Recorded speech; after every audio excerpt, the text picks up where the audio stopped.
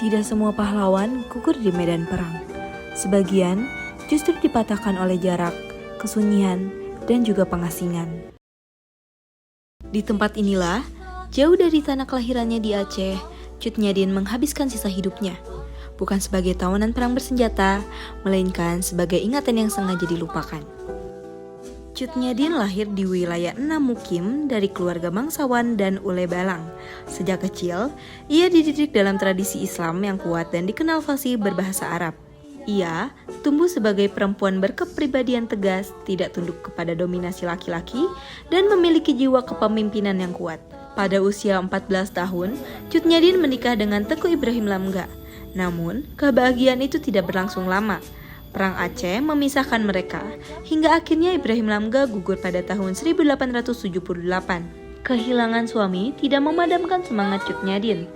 Ia justru bangkit dan memilih jalan perlawanan.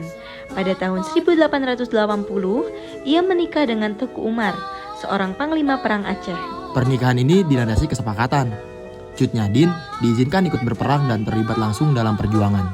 Hingga awal abad ke-19, Aceh masih berdiri sebagai wilayah merdeka. Namun situasi berubah setelah Traktat Sumatera tahun 1871 yang membuka jalan bagi Belanda untuk menguasai Aceh. Pada 5 April 1873, Belanda melancarkan serangan militer bagi rakyat Aceh. Perang ini dikenal sebagai Perang Sabil, yaitu perang di jalan Allah. Cut Nyadin tidak hanya menjadi pendamping panglima perang, ia terlibat langsung dalam strategi dan taktik perlawanan. Bersama Teku Umar, ia mendorong perlawanan tanpa kompromi terhadap Belanda. Strategi gerilya, perpindahan markas, dan penyamaran menjadi senjata utama untuk mengimbangi kekuatan kolonial. Pada tahun 1899, Teku Umar gugur dalam pertempuran. Kali ini, ia tidak sekadar berduka, ia maju ke garis depan dan mengambil alih komanda perlawanan. Dalam usia yang tidak lagi muda, Cut Nyadin memimpin pasukan Aceh dengan keteguhan yang tidak tergoyahkan. Setelah kekuatan Belanda semakin besar, ia membawa pasukannya masuk ke hutan-hutan lebat di Aceh, berpindah-pindah dari suatu tempat ke tempat yang lainnya. Dalam kondisi terbatas, kekurangan makanan, senjata, dan obat-obatan, Cut Nyadin tetap menolak menyerah. Bahkan, ketika penyakit rabun mulai melemahkan tubuhnya, ia tetap menggenggam rencong dan memimpin dari balik rimba. Namun, pada November 1905, Cut Nyadin ditangkap dan dibawa ke Kutaraja yang dahulu merupakan pusat pemerintahan kolonial Belanda. Dari Kutaraja, ia dibawa ke Batavia hingga akhirnya berakhir di Kabupaten Sumedang. Disinilah sisa hidupnya dijalani dalam pengawasan, kesunyian, dan identitas yang disembunyikan. Rumah ini diyakini sebagai tempat Cut Nyadin tinggal selama masa pembuangannya di Sumedang, dan kemudian ditetapkan sebagai cagar budaya nasional pada tahun 1980 oleh BPCB yang kini menjadi BPK Wilayah Jawa Barat. Rumah ini secara kepemilikan adalah rumah pribadi keluarga milik Bapak Ilyas, buyut dari penjaga rumah ini. Selama dalam masa pengasingannya, Cut Nyadin sudah dalam kondisi fisik menurun dan buta, tetapi tetap aktif mengaji dan agama kepada masyarakat sekitar. Ia dikenal sebagai Ibu Prabu tanpa mengetahui bahwa beliau adalah pahlawan besar dari Aceh. Sumedang dipilih bukan secara kebetulan. Ada beberapa alasan utama mengapa Belanda mengasingkan Cut Nyadin ke daerah ini. Pertama, Sumedang dianggap stabil secara politik dan jauh dari pusat perlawanan anti Belanda.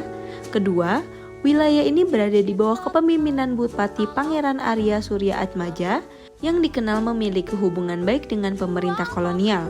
Ketiga, secara geografis Sumedang terletak jauh dari Aceh, sehingga diharapkan Cut Nyadin benar-benar terputus jaringan dari perjuangannya. Namun, cerita pengasingan ini memiliki beberapa versi yang berbeda. Menurut juru kunci makam Cut Nyadin, dulunya Cut Nyadin tinggal di rumah Bapak Haji Sanusi dan dirawat oleh Siti Hojjah. Rumah tersebut berada di belakang Masjid Agung Sumedang yang sudah berubah menjadi usaha jahit. Ia juga mengatakan kalau Cut Nyadin sama sekali tidak memiliki peninggalan di Sumedang.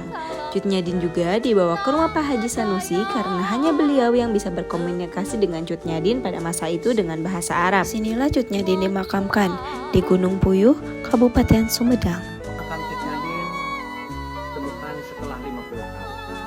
Itu pun atas perintah Presiden Soekarno. Menurut juru kunci, pada tahun 1957, ada pemerintah Aceh datang ke Gunung Puyuh untuk menelusuri makam Cut Nyadin. Dahulu, kondisi makam Cut Nyadin sangat sederhana dengan satu batu nisan sebagai penanda. Lalu, pada tahun 1972, Pemda Sumedang membangun makam Cut Nyadin, dan pada tahun 1987, pemerintah Aceh merenovasi makam Cut Nyadin hingga akhirnya menjadi seperti saat ini. Selanjutnya Ibu Cut Nyadin dibawalah ke Sumedang. Setelah sampai di Sumedang, Ibu Cut Nyadin diserahkan kepada Bapak Bupati Sumedang atau Bapak Eyang Surya Atmaja, anaknya Eyang Suci.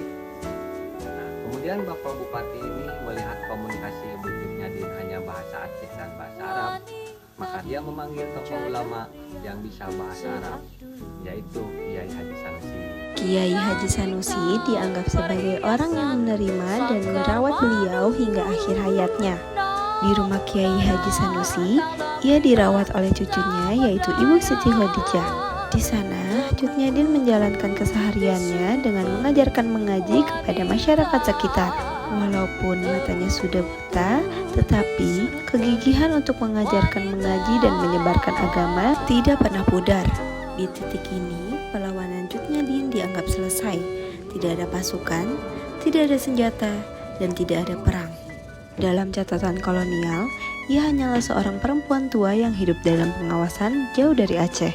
Tetapi, bagi keluarga yang merawatnya dan masyarakat yang hidup di sekitarnya, Cut Nyadin tidak pernah menjadi yang kalah.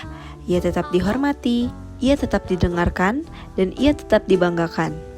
Perbedaan cara pandang ini menunjukkan bahwa sejarah tidak pernah tunggal. Ia dibentuk oleh arsip resmi sekaligus oleh relasi manusia yang sering luput dari catatan.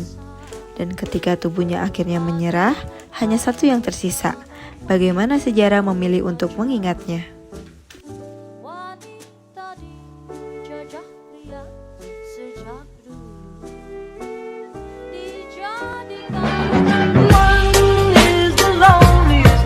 That you'll ever do.